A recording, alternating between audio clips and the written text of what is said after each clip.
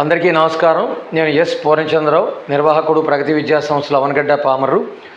ఈ వీడియోలో ప్రగతి DSC coaching centre తరఫున ఎస్సిటి కొత్త బ్యాచ్ ప్రారంభించే విషయాన్ని గురించి మాట్లాడడం జరుగుతుంది. ముఖ్యంగా డిఎడ్ రేపు ఏప్రిల్ 24వ తారీఖున సెకండ్ ఇయర్ ఎగ్జామ్స్ పూర్తి చేసుకొని బయటకు వస్తున్నటువంటి కొత్త పిల్లల కోసం ఈ బ్యాచ్ స్పెషల్గా కేటాయించబడుతుంది. అంటే జాయిన్ అవడం ఎవరైనా జాయిన్ అవ్వచ్చు కానివ్వండి, వాళ్ళు ఎక్కువగా దీంట్లో జాయిన్ అవుతారని చెప్పేసి మేము ఆలోచిస్తున్నాం. ఈ బ్యాచ్ ఏప్రిల్ 27వ తారీఖు అంటే ఈ నెల 27వ తారీఖు సాయంత్రం 4 గంటలకి పామర్లో ఆడపిల్లల కోసం ప్రారంభించబడుతుంది. ఈ విషయంలో కొన్ని ప్రత్యేకంగా వివరాలు చెప్పాల్సి వస్తుంది. ఎందుకంటే ఆ పిల్లలు కొత్త పిల్లలు అవటం మూలంగా ఫోన్లు చేసి చాలా వివరాలు అడుగుతున్నారు. అందరికీ చెప్పడం అంటే కష్టం అవుతుంది కాబట్టి ఒకేసారి వీడియోలో కవర్ చేస్తున్నాను.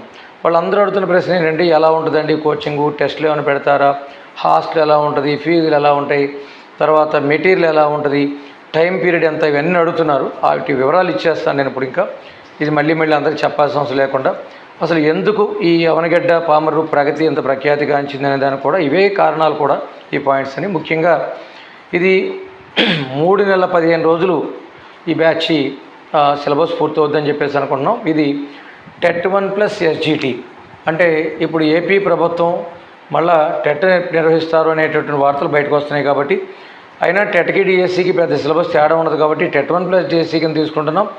ముందు ఒకవేళ టెట్ నోటిఫికేషన్ ముందుకు వస్తే కనుక టెట్ సిలబస్ ముందు పూర్తి చేసి ఆ ఎగ్జామ్ అవ్వగానే మళ్ళీ డిఎస్సి పార్ట్ ఏదైతే ఉంటుందో అది పూర్తి చేస్తాం. లేదు ఒకవేళ నోటిఫికేషన్స్ ఏమి లేకపోతే టెట్ డిఎస్సి సిలబస్ కలిపేసి ముందుకు వెళ్ళిపోతాం. కాబట్టి టెట్ పాస్ అయిన వాళ్ళకి కూడా ఇది అవకాశం, టెట్ పాస్ అయిన వాళ్ళు స్కోర్ పెంచుకోవడానికి కూడా మంచి అవకాశం ఇది. ఇంకా దీంట్లో ఈ 3.5 నెలల కోర్సుకి కలిపేసి 18,000 రూపాయలు కోచింగ్ ఫీజు అవుతుంది. దాంట్లో టెస్టులు, మెటీరియల్, తర్వాత కోచింగు అన్నీ కూడా వచ్చేస్తాయి. తర్వాత హాస్టల్కి వచ్చేసరికి నెలకు 5,800 రూపాయలతో 2 పూట్ల భోజనం కానివ్వండి, టిఫిన్ కానివ్వండి, షెల్టర్ కానివ్వండి, అన్ని ఏర్పాట్లు దాంట్లోనే వస్తాయి అన్నమాట. సరే, ఎందుకు ఈ ప్రగతిలో ఇంకేమేమి ఉంటాయి కార్యక్రమాలు అని చెప్పంటే, ఒకటి ఫస్ట్ డైలీ టెస్ట్. రోజు 8 or 9 అవర్స్ క్లాస్ జరుగుద్ది. మంచి ఫ్యాకల్టీ, ఎక్స్పీరియన్స్డ్ ఫ్యాకల్టీ, చాలా ఇంట్రెస్టింగ్గా హుషారుగా చెప్పలేటువంటి ఫ్యాకల్టీతో పాఠాలు చెప్పించడం జరుగుతుంది. వీళ్ళు ఎంతో కాలంగా మంచి రిజల్ట్స్ ప్రగతి సాధించడానికి ఉపయోగపడినటువంటి ఓన్ టీం అందరూ కూడా.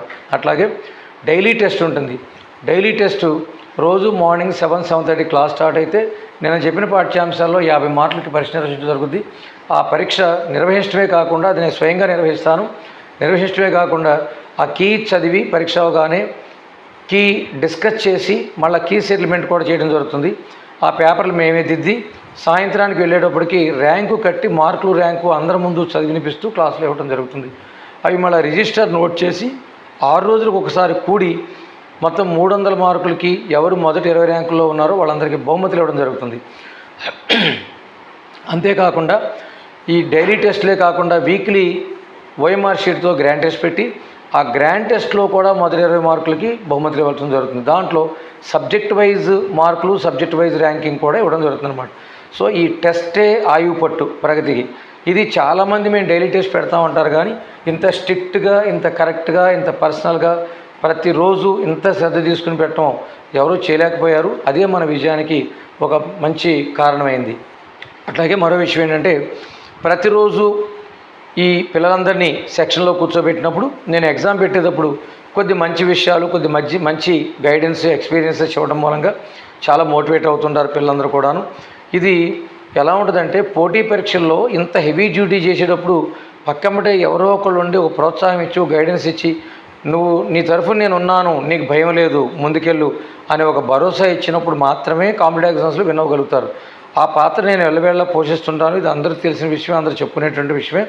ఇది వాళ్ళ లైఫ్కి సంబంధించిన విషయాలు కానివ్వండి, జీవితాంతం వాళ్ళు ఎలా చక్కగా జీవించాలనే విషయాలు కానివ్వండి, విజయాన్ని సాధించడానికి చక్కటి విధానాలు ఎలా పాటించాలి, ఇవన్నీ కూడా దీంట్లో కవర్ అవుతాయి. ఇది కూడా మనకి మంచి రిజల్ట్ రావడానికి ఒక ఫెచ్చింగ్ పాయింట్ అనమాట. అట్లాగే ఫ్యాకల్టీ ఎప్పుడు కూడా చిన్న మిస్టేక్ కూడా లేకుండా అందరూ ఎక్స్పీరియన్స్డ్, అందరూ టాలెంటెడ్, ఎవరు ఏ బుక్లో ఏ టెక్స్ట్ బుక్ బేస్డ్గాను ఒక పాయింట్ కూడా వదిలిపెట్టకుండా. అంటే నేను అప్పుడప్పుడు అంటుంటాను, మీ దగ్గర గొప్ప ఫ్యాకల్టీ ఉన్నారంటే లేరు, కానీ మంచి ఫ్యాకల్టీ ఉన్నారంటారు. గొప్ప ఫ్యాకల్టీ అంటే వాళ్ళు బాగా వచ్చి నిరూపించుకుంటారు. రకరకాల డ్రామాలు వేస్తూ.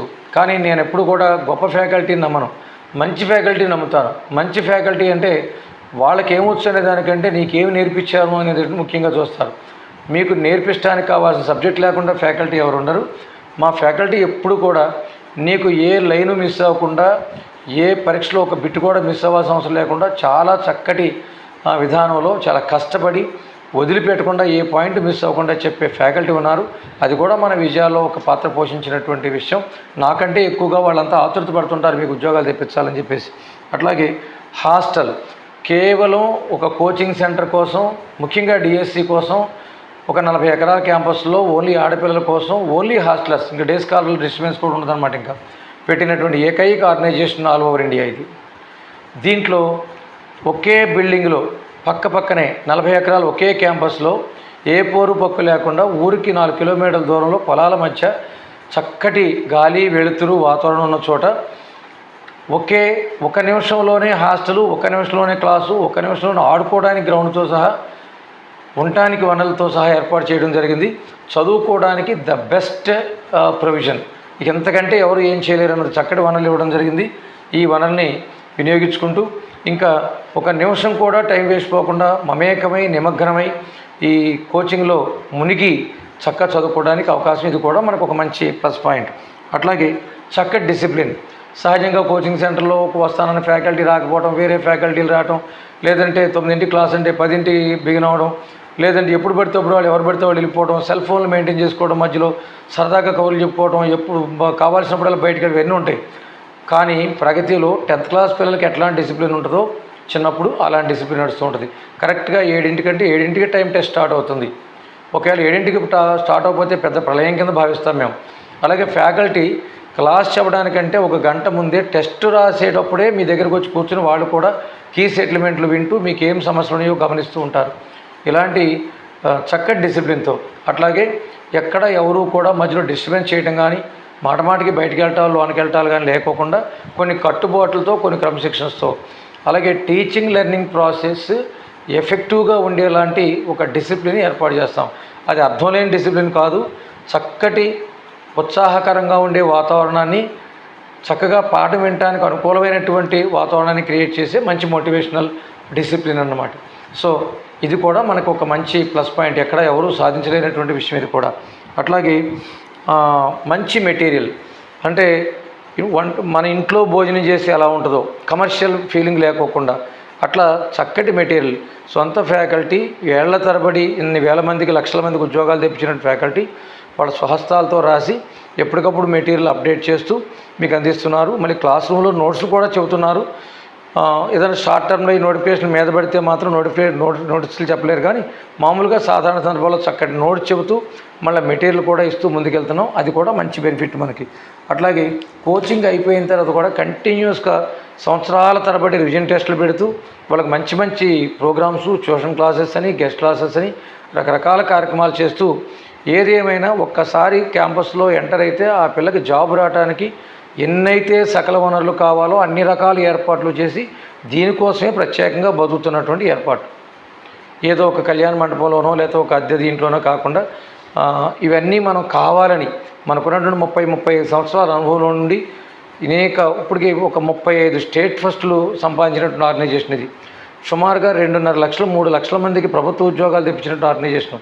ఈ అనుభవాలు, ఈ ఆశయాలు అన్నీ ఉపయోగించుకొని ఒక చక్కటి ప్రిపరేషన్ చేసి, మాకు ఎప్పుడు ఒకటే భయం ఏంటంటే ఏ ఒక్కళ్ళకైనా పొరపాటున ఒక అరమార్కులో పోస్ట్ మిస్ అయితే మేము కారకులం కాకూడదు, అంటే అంత ఫుల్ ప్లెజర్గా మేము కోచింగ్ ఇవ్వాలి అనే దృక్పథంతో ముందుకెళ్తున్నటువంటిది.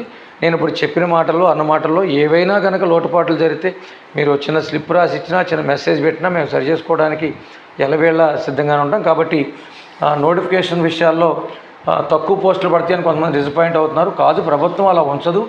మా నమ్మకం ఏంటంటే ప్రభుత్వం డిఎస్సి వేస్తానని మాట ఇచ్చింది, వేసి నిరూపించింది. అన్ని పోస్టులు వేయకపోయినా సమాజంలో గవర్నమెంట్కి రిమార్క్ రాకూడదు కాబట్టి, మరీ తక్కువ వేస్తే కనుక రిమార్క్ వస్తుంది కాబట్టి వాళ్ళు ఏదో విధంగా పోస్టులు పెంచి కొన్ని రిటైర్మెంట్లు కూడా వస్తాయి అన్నారు. కాబట్టి మనకి ఇంకా పోస్టుల సంఖ్య పెరుగుద్దని ఆశాభావంగా ఉన్నాం. అట్లాగే అక్టోబర్కి నోటిఫికేషన్ ఇస్తామని చెప్పన్నారు. మరి ఇప్పుడు వెంటనే స్టార్ట్ అయితే కానీ కనీసం కోచింగ్ అయిన తర్వాత కొన్నాళ్ళ పాటు రివిజన్ చేసుకోవాల్సిన అవసరం కూడా ఉంది. అట్లాగే రివిజన్ టెస్టుల బ్యాచ్ కూడా మే 1 నుండి మళ్ళీ స్టార్ట్ చేయబోతున్నాం. ఈ రివిజన్ టెస్టుల బ్యాచ్కి అంటే ఎవరైతే కోచింగ్లు అయిపోయి ఉన్నాయో ఆ రివిజన్ టెస్టుల బ్యాచ్ కూడా వచ్చి రివిజన్ టెస్టులు రాసుకొని వాళ్ళు హాస్టల్ ఫీజు కట్టుకొని ఒక 60 రోజుల రివిజన్ టెస్టులు రౌండ్ కలిపేసి జస్ట్ నామినల్ ఫీజు 300 కట్టుకొని వాళ్ళు జాయిన్ అవ్వచ్చు. కోచింగ్ కాకుండా వేరే విషయం ఇది. రివిజన్ టెస్టుల బ్యాచ్ వాళ్ళు కూడా రావచ్చు. సహజంగా డిఎస్సి స్టూడెంట్స్ ఏం చేస్తారంటే నోటిఫికేషన్ వస్తుందంటేనేమో పరుగులు పెడతారు, కొద్దిగా ఆలస్యం అవుతుందంటేనేమో వెనక పరుగులు పెడతారు. మళ్ళీ ఇదే చాలా రాంగ్, గుర్తుపెట్టుకోండి. గవర్నమెంట్ జాబ్ అంటే ఊరికే ఒక రౌండ్ అటు ఒక రౌండ్ ఇస్తే వచ్చేది కాదు, గుర్తుపెట్టుకోండి. ఇవాళ చూడండి, మొన్న పోస్టులు వచ్చినటువంటి వాళ్ళు నిన్నే నాకు ఇదే ఆఫీస్లోకి ఒక పాప వచ్చి వాళ్ళ కజిన్ని జాయిన్ చేయడానికి ఇంటర్మీడియట్లో జాయిన్ చేయడానికి వచ్చింది మన దగ్గరికి.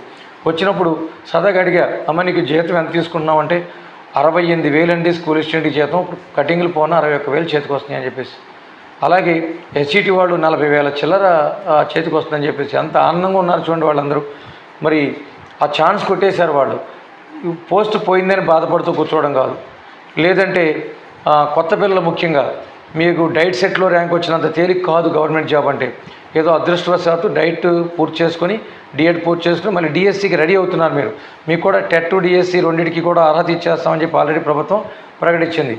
ఈ అద్భుతమైన ఛాన్స్ని నేను మీకు మాటిస్తున్నాను. మీ సిలబస్లో ఏ ఒక్క మొక్క మిస్ అవ్వదు, ఏ నిమిషం వేస్ట్ అవ్వదు. చాలా హెక్టిక్గా తీసుకొని మీ విజయానికి కావాల్సినటువంటి స్పిరిట్ మేము మెయింటైన్ చేయడానికి సిద్ధంగా ఉన్నాం. మీరు ముఖ్యంగా కొత్త పిల్లలు అవటం మూలంగా మీకు చాలా కొత్తగా చాలా విషయాలు కూడా మేము గైడ్ చేయాల్సిన అవసరం ఉంటుంది. ఏ లోటు లేకుండా మీకు మేము కంప్లీట్ చేయడానికి సిద్ధంగా ఉన్నాం. అట్లాగే ఈ డిఎస్సి నోటిఫికేషన్తో సంబంధం లేకుండా చాలా అలర్ట్గా, ఎందుకంటే ఏదో ఒక రోజు నాకు కొద్దిగా ఒక అడుగు ఆలస్యమైన నోటిఫికేషన్ వస్తుంది, ఎగ్జామ్ రాస్తాం, రిజల్ట్ వస్తుంది. అవన్నీ జరిగిపోతాయి, అవి మన చేతిలో కాదు. కానీ రిజల్ట్ వచ్చిన రోజున నువ్వు పోస్టు సాధించకపోతే పడే బాధ ఎంతో ఒకసారి ఆలోచించు. వస్తే వచ్చే ఆనందం ఎంతో ఆలోచించు. ముఖ్యంగా మీ పేరెంట్స్ని ఇళ్ళ చుట్టుపక్కల వాళ్ళందరూ అడుగుతారు, మీ పాపకి జాబ్ వచ్చిందా, మీ బాబుకి జాబ్ వచ్చిందా అని. ఆ రోజున మనతో పాటు వాళ్ళు తలంచుకోవాల్సిన అవసరం ఉండకూడదు. కష్టపడితే కూడా రాకపోతే దురదృష్టం, అది మనం ఏం చేయలేం. కానీ అశ్రద్ధ చేసి రేపొద్దున్నే నోటిఫికేషన్ పడిన తర్వాత పరుగులు పెట్టి అప్పుడు రాకుండా బాధపడితే మాత్రం కేవలం మనమే కారకులు అవుతాం దీనికి. సో ఈ కాషన్ దృష్టిలో పెట్టుకోండి. అసలు నోటిఫికేషన్ వచ్చిన తర్వాత చదివితే అది చదివే కాదు, గుర్తుపెట్టుకోండి. అన్నీ సాధించేసుకుని నోటిఫికేషన్ వచ్చిన రోజు జస్ట్ అలా ఒక రోజు రివిజన్ చేసేటట్టు ఉండాలి, లైట్ టచ్ చేసేటట్టు ఉండాలి. కానీ అప్పుడు కొత్తగా చదివేది లేదు. పోస్టుల సంఖ్య తక్కువ అవుతుంది అనుకున్నప్పుడు ఇంకా ఎఫర్ట్ పెంచాలి మనం. అంటే ఇంకా ఎక్కువ స్కోర్ పెంచుకుని ఉద్యోగం సంపాదించాలి. కానీ మళ్ళీ ఈసారి కనుక పోస్ట్ మిస్ అయితే డిఎస్సిలో మళ్ళీ ఎప్పటికీ డిఎస్సిలో ఏమవుతుందో కూడా ఆలోచించండి. ఇప్పటికే కొంత మనం గత డిఎస్సిలో ఆ ఛాన్స్ ఉపయోగించుకోలేకపోయాం. ఇప్పుడు దీన్ని కనుక మిస్ అయితే కనుక ఇక జీవితంలో మనం ఎప్పటికీ కూడా ముందుకెళ్ళామనే భయం నాకు. సో మీరు మేము అందరం కూడా రెయిన్బోవులు కష్టపడి కృషి చేసి అద్భుతాలు సాధించే ప్రయత్నం మనం అంతా చేద్దాం. చాలామంది జాబ్ రాలేదని బాధపడుతున్నారు. నా స్లోగన్ అయితే ఒకటే, నేను చాలాసార్లు చెప్తూ ఉంటాను క్లాస్లో, 1 కిలో రాయి కాటాలో ఒక పక్కన పెడితే ఏ కందిపప్పో శనగపప్పో మనం కొనుక్కోవాలి అనుకుంటే ఆ కాటాలో ఆ కిలో పదార్థం వేసిన తర్వాత దాని బరువు ఎక్కువైతే 4 గింజలు వేసి ఇంకా కిందకి దిగిన తర్వాత సేటు గారు పొట్లం కడతాడు. అట్లాగే డిఎస్సి నీ జిల్లాలో నీ కాంపిటీషన్లో నువ్వు సాధించడానికి కావాల్సినటువంటి ఒక తూకం ఒకటి ఉంటుంది. ఆ తూకాన్ని దాటి మీరు సబ్జెక్ట్ సంపాదించే వరకు ఉద్యోగం కావాలని కోరుకోబాకండి. తూకం వచ్చిన తర్వాత ఉద్యోగం ఆపడం అనేది భగవంతుడు కూడా వీలవదు. ఇలా కష్టపడే వాళ్ళ కోసం భగవంతుడు 1000 కళతో ఎదురు చూస్తూ ఉంటాడంట. కష్టపడే వాళ్ళకి ఏదో రకంగా ఉద్యోగం ఇచ్చి న్యాయం చేద్దామని చెప్పేసి. ఏదన్నా పై బ్యాట్లే 1-2 సందర్భాల్లో మిస్ అవ్వచ్చేమో, కానీ అది మన కష్టానికి మన అదృష్టానికి ఒక పరీక్ష అనుకోండి. కానీ దీన్ని వదిలిపెట్టి మాత్రం ఎవరు కూడా అశ్రద్ధ చేయొద్దు. నోటిఫికేషన్ వచ్చినప్పుడు కంటే ఇలాంటప్పుడు చదివిందే మనకు చదువు బాగా వస్తుంది. కాబట్టి ఎక్కడ అశ్రద్ధ చేయకుండా వెరీ సీరియస్ స్పిరిట్తో మనం రాబోయే డిఎస్సికి ప్రిపేర్ అవుదాం. మరి ప్రస్తుతానికి స్కూల్ అసిస్టెంట్ కోచింగ్లన్నీ కంప్లీట్ అయ్యాయి. ఇప్పుడు స్ట్రెంగ్త్ రాదనే ఉద్దేశంతో మేము స్కూల్ అసిస్టెంట్ జోలికి వెళ్ళట్లేదు. ఓన్లీ ఆడపిల్ల ఎస్జిటి మాత్రమే ప్రకటిస్తున్నాం. అయితే మగపిల్లలు కొంతమంది చాలా గొడవ చేసి బాధపడుతున్నారు. నేను చెప్పేశాను, ఒకప్పుడు అకామిడేషన్ దొరకలేదు. అయితే ఒక చివరి అంశంగా ఒక ఛాన్స్ ఒకటి ట్రై చేస్తున్నాం. ఇప్పుడు డిఎడ్ కాలేజీలో కూడా మగపిల్లలు కొంతమంది మాకు ఏమీ సరిగ్గా గైడెన్స్ తెలియట్లేదండి, బయట మేము నమ్మలేకపోతున్నాం, మేము మీ దగ్గరికి వస్తే కనుక బాగుంటుందని మా తాలూకు లెక్చరర్స్ కానీ పిల్లలు కానీ అందరూ చెబుతున్నారని చెప్పేసి బాధపడుతున్నారు. ఒక ట్రయల్ ఛాన్స్ చూస్తున్నాను. ఏంటంటే ఈ వీడియోతో పాటు మీకు ఒక గూగుల్ ఫామ్ ఒకటి పెడతాను. ఆ గూగుల్ ఫామ్లో లేడీస్కి ఇది ఏం అవసరం లేదు, డైరెక్ట్గా వచ్చి కోచింగ్ జాయిన్ అయిపోవచ్చు. 18,000 ఫీజు ముందు కట్టుకోవాలి, హాస్టల్ ఫీజు 1 మంత్ కట్టుకుని జాయిన్ అవ్వాలి. జెంట్స్ అయితే మాత్రం ఒక చిన్న ట్రయల్ ప్రోగ్రాం పెడుతున్నాను. ఏమిటి అంటే, మీరు ఎవరైతే చారాలని ఉందో వాళ్ళు గూగుల్ ఫామ్ పెడుతున్నాను, దాంట్లో ఒక 500 రూపీస్ మీరు పే చేసి రిజిస్టర్ చేసుకోండి. ఒకవేళ మీరు కనుక రిజిస్టర్ చేసుకున్న వాళ్ళు కనుక ఒక 50 మంది అయితే నేను కొంత లాస్ పడైనా మీకు బ్యాచ్ పెట్టడానికి సిద్ధమవుతున్నాను. ఎందుకంటే 150 మంది చేరితే కానీ మాకు కనీసం ఖర్చులు సరిపోవు ఒక బ్యాచ్ నడపాలంటే. మీరు 50 మంది వస్తానన్నా నాకు ఒక ఆకారం వస్తుంది. కాబట్టి ఈ దగ్గరలో ఏదో ఒక ఊళ్ళోనైనా సరే ఒక హాస్టల్ ప్రత్యేకంగా చేసి మీకు బ్రహ్మాండంగా అద్భుతంగా క్లాసులు చెప్పి మీకు తిరుగులేనటువంటి సబ్జెక్ట్ అందించే ప్రయత్నం చేస్తాను. అంతేకాదు మీకు ఇంకో స్పెషల్ ఆఫర్ మగపిల్లలకి ఏంటంటే, మీరు ఎవరైతే రిజిస్టర్ చేసుకుని 500 రూపాయలు ఉంటారో, మేము కోచింగ్ పెట్టలేకపోతే వెంటనే వితిన్ 3 డేస్ మేము పెట్టినటువంటి డేట్కి 3 డేస్కి మీకు 500 అమౌంట్ రిటర్న్ చేసేస్తాం. ఒకవేళ బ్యాచ్ పెట్టే లెక్క అయితే 500 ఫీజు కింద లెక్కేసుకుంటాం. అంతేకాదు రిజిస్టర్ చేసుకున్న వాళ్ళకి డైరెక్ట్గా వచ్చిన వాళ్ళకంటే అదనంగా 1000 రూపాయలు కన్సెషన్ ఇస్తాం. అంటే 18,000 రూపాయల్లో ఒక 500 మీరు ముందు కట్టినట్టు, అందులో ఇంకొక 1000 రూపాయలు కన్సెషన్ ఇచ్చి ఇక నెక్స్ట్ మిగిలినటువంటి 16,500 కడితే సరిపోతుందన్నమాట. మీరు ఇది మగపిల్లలకి ఇచ్చినటువంటి లాస్ట్ ఛాన్స్. సో ఇంతకుముందు చదివిన వాళ్ళు కానీ లేకపోతే కొత్త వాళ్ళు కానీ ఇప్పుడు డిఎడ్ పూర్తవుతున్నటువంటి వాళ్ళు కానీ నేను జస్ట్ ఏం కోరుతున్నానంటే, ఒక 50 మంది కనుక తలొక 500 కట్టి రిజిస్ట్రేషన్ చేసుకుంటే నేను బ్యాచ్ స్టార్ట్ చేస్తాను. ఒకవేళ కనుక అది చేయలేని పరిస్థితి ఏర్పడితే స్ట్రెంగ్త్ చాలక మీ 500 గ్యారెంటీగా మీ అకౌంట్లో మళ్ళీ తిరిగి వేసేస్తాను. ఒకవేళ మీరు రిజిస్టర్ అయ్యి మేము కోచింగ్ పెట్టి మీరు జాయిన్ అయితే ఓన్లీ మీ మగపిల్లల వరకు ప్రత్యేకంగా 1000 రూపీస్ కన్సెషన్ ఏర్పాటు చేస్తున్నాను. ఈ అద్భుతమైన అవకాశాన్ని మీరు వినియోగించుకోండి. ఇలా ఎందుకు చేస్తానంటే, ఊరికేదో మేము వస్తామని కాకుండా ఎవరు వస్తారో తేల్చుకొని మేము కూడా ప్రమాదంలో పడుకోకుండా ప్రయత్నం చేద్దామని. ఎందుకంటే మేము బ్యాచ్ అనౌన్స్ చేసిన ఒక 5 10 మంది వచ్చి కూర్చుంటే కూడా మేము నడపాల్సిందే. మళ్ళీ మా మాట తిరిగి తీసుకోవడానికి వీలవదనమాట మాకు. అందుకు నేను ఈ ఛాన్స్ ఇస్తున్నటువంటిది ఇది ఉపయోగించుకునే ప్రయత్నం చేయండి. తర్వాత ఈ మ్యాటర్తో పాటు మీకు ఈ వీడియోతో పాటు కన్సెషన్ టేబుల్ ఒకటి పెట్టడం జరుగుతుంది. 10th ఇంటర్ మార్కుల ఆధారంగా, టెట్ మార్కుల ఆధారంగా, అట్లాగే డైట్ సెట్ డీసెట్ ర్యాంకులు ఆధారంగా కూడా రకరకాల కన్సెషన్లు ఇవ్వడం జరిగింది. దానికి సంబంధించినటువంటి మార్క్ లిస్టులు ప్రూఫ్లు మీరు చేసుకున్నట్లయితే అది ఖచ్చితంగా అమలుపరుస్తాం ఈ బ్యాచ్ కూడాను. ఇలాంటి అవకాశాన్ని మీరు సద్వినియోగపరుచుకొని మీరందరూ ప్రభుత్వ ఉద్యోగులు అవ్వటానికి, గవర్నమెంట్ టీచర్స్ కావడానికి చక్కటి మార్గాన్ని మేము అందిస్తామని చెప్పేసి మాటిస్తున్నాం. అట్లాగే ఇప్పుడు ఆల్ కాంపిటేటివ్ బ్యాచ్ ఒకటి జరుగుతుంది, ఆల్రెడీ రన్నింగ్లో ఉన్నాం. అట్లాగే ఇంటర్ డిగ్రీ అద్భుతమైనటువంటి ప్రోగ్రాం చేయడం జరిగింది. మీ అందరికీ తెలుసు, చాలా వరకు కూడా కొత్త పిల్లలకు తెలియదని చెప్పి చెబుతున్నాను. ఇంటర్ డిగ్రీతో పాటుగా ఇంటర్ బైపీసీతో పాటుగా నీట్ కోచింగ్, అలాగే ఇంటర్ ఎంపీసీతో పాటు ఒకటేమో EAMCET and mains coaching stream, ఇంకోటేమో ఆల్ కాంపిటేటివ్కి.